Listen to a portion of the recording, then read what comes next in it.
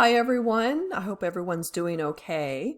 So I wanted to do a read aloud for my third and fourth graders. If you're in second, you can watch this as well, but this is specifically for the third and fourth graders because it is kind of a third and fourth grade level book. The book that I'm going to read to you is a book that I bought for my boys years and years ago, and I've read it to them several times. And the name of the book is called The Strange Thing That Happened to Alan Brewster, and it's written by John Reynolds Gardner. Now, if you go look for this book, you may not find it under this title. You actually may find it, let's see, the original title, and that real small script right there, original title was called Top Secret. Now, sometimes publishers will change the title of a book for a bunch of different reasons. Maybe they thought the original title was too long, although this title's pretty long compared to the original. Or maybe they didn't think that the title was getting a wide enough audience. Maybe kids might be more interested in reading a book called The Strange Thing That Happened to Alan Brewster as opposed to Top Secret. Or maybe when someone was doing a search on it, when they did a search for Top Secret, maybe they found a whole bunch of books called Top Secret. Whereas if you did a search on Alan Brewster, this is probably the only book that's going to show up. So there's a bunch of reasons why a publisher might change the title. But it was written in 1984. So anyway, if you look at the cover of this book, this is Alan Brewster, and over here, that's a blender, and in his hand is a glass. It looks like he's probably in the kitchen. I mean, that's where you'd find a blender. But this is Alan Brewster, and you can see that his skin is a really interesting shade of green. So why do you think his skin might be green? So let me read the back cover to you, give you a little idea of what the book is about. Alan's mother took one look at him and then screamed. Alan's father shouted, "What have you done to yourself?" "Alan's been working on his school science project," said Grandpop. "That's what he's done." Alan looked at himself in the mirror. He seemed perfectly normal, except for one small change. His skin had turned bright green. So, that is not paint, and that is not a marker. His skin actually turned green. So now the question is, why do you think it's green? So I want you to think about, make a prediction as to why you think his skin turned green.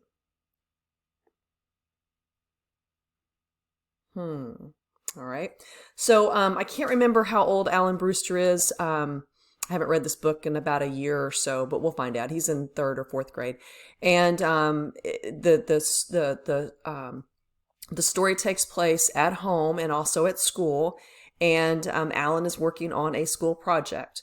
So that's kind of really what I want to talk about. I don't want to say too much about it because I want some of it to be a little bit of a surprise. But this book is actually 12 chapters, and I'm going to read one chapter for each video. So that'd be 12 videos for 12 chapters. So before chapter 1, there's a prologue. And a prologue is just another name for introduction. So I'm going to read the prologue and chapter 1 today, and we might talk about it for just a little bit, and then my next video will be chapter 2. Prologue. I'm writing this down in case something should happen to me. My name is Alan Brewster. I'm 9 years old. I live at 4152 Via Solano. It's the big 2-story house, the one with the tile roof. Today is Saturday, June 20th, 2 weeks after school let out for the summer. The time is 10:30 at night. There's a brown car parked outside in the street with 2 men in it. They're watching the house. I have the lights off in my room to make them think I'm asleep. I'm really under the covers writing this down in the back of my old science notebook. I better hurry because the batteries in my flashlight won't last forever, and I have a lot to tell. My story begins several months ago in Miss Green's science class at school. So it doesn't say what grade he's in, but he's 9 years old. That's third grade, right? I think that's third grade. Okay, so now we have chapter 1, Miss Green. It was the day we had to tell Miss Green what our science projects were going to be. I was excited because I had thought of something really neat.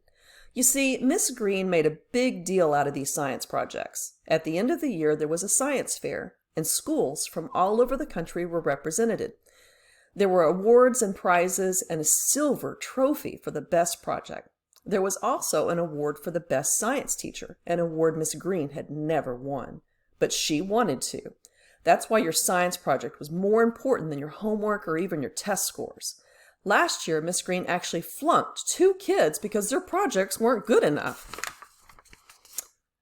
"Come to order," came the sound of Miss Green's deep voice, and there was instant quiet in the room. Now, there's pictures in this book, and you've got to see what Miss Green looks like. What do you think? You think she looks like a nice teacher? She looks pretty grumpy to me, huh? Miss Green stood facing the class, her hands on her hips, her mouth curved downward into a frown. She was a big woman with a large head and a large lower lip that curled up like a bulldog's. "Let's start with you, Peggy." Miss Green had written each student's name on the blackboard in alphabetical order, starting with Peggy Applegate. I was next. "Ant Farm," said Peggy, who was sitting right in front of me. "Stand up when you address me." Peggy shot to her feet, her pigtails swaying. "I'm sorry, I forgot." She took a deep breath. "I want to do an ant farm for my science project, if that's all right." Miss Green grumbled. "In my 20 years of teaching, there has never been a year without an ant farm. Why should this year be any different?" As she walked to the blackboard, the tractor tread soles of her shoes made squishy sounds on the slick linoleum floor. "Where are all the thinkers of tomorrow? The scientists, the engineers? They had to be kids once, didn't they?" She picked up a stick of chalk with her thick fingers. How I've longed to find a student in my class with an original idea, someone who showed real imagination. Just one. That isn't too much to ask, is it? Miss Green wrote the words "Ant Farm" on the blackboard in large capital letters next to Peggy's name. "Alan Brewster," came the sound of my name in a voice that sounded more like a bark than speech. My heart began to pound against my chest as I stood up. I noticed everyone in the class was looking at me. I couldn't wait to tell Miss Green about my project. She had said she wanted something original. Well, she was going to get it. "I have an idea," I said, "that's going to win the silver trophy." Everyone in the class started laughing. Peggy Applegate twisted around in her seat and was grinning at me with a mouthful of braces. Barry Kramer, who sits right behind me and is the toughest kid in the 4th grade, started kicking my chair. Even Miss Green looked as if she were about to laugh. "The silver trophy?" she said. "Now really, Alan, you know as well as I do that the silver trophy is usually won by a senior in high school. No one in grammar school has ever won it. A kid in the 10th grade won it. A kid in the 10th grade won it. I'll try that again. A kid in the 10th grade won it in one year." "Yes," agreed Miss Green, "but Alan, he was a genius." "So maybe I am too," I said. Everyone laughed again. "Believe me, Alan," said Miss Green, "I can think of nothing I would like better than to have you win the silver trophy. But we must be realistic. Wanting to and being able to are 2 different things." "Don't you even want to know what my idea is?" "Of course," replied Miss Green, looking over my head at the clock in the back of the room. "But don't take too much time. We still have to hear from everyone else." I was sure as soon as Miss Green heard what I wanted to do, she would change her mind. "I'm going to do my project on human photosynthesis," I told her. Miss Green said nothing. She just looked at me. "I got the idea last night at dinner," I explained. "My mom fixes liver every Thursday. I can't stand liver. And then it just sort of hit me. Plants don't have to eat, right? So why do humans? Why can't we get our food directly from the sun the way plants do? Are you saying sunlight would be our food?" "Yes, and a little water." "This is your brilliant idea, the one that's going to win the silver trophy?" "Yes. You won't find a project more original than that at the science fair. I'm sure of it. And you know what, Miss Green? You'll probably win best science teacher because my idea is so good." Miss Green seemed totally lost for words. She rubbed her face with both her hands for a long time. When she finally looked at me, her eyes were red. That is beyond a doubt the most ridiculous idea for a science project I have ever heard in my entire life. Why? You wanted something original.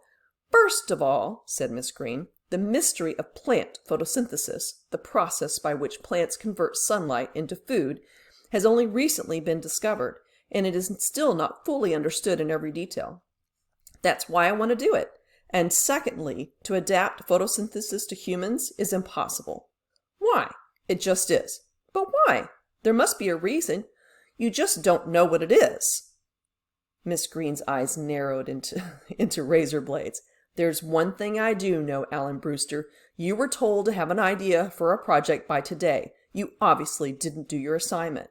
That's not true. So let me tell you what I'm going to do. Since you couldn't think of anything, I'm going to think of a project for you.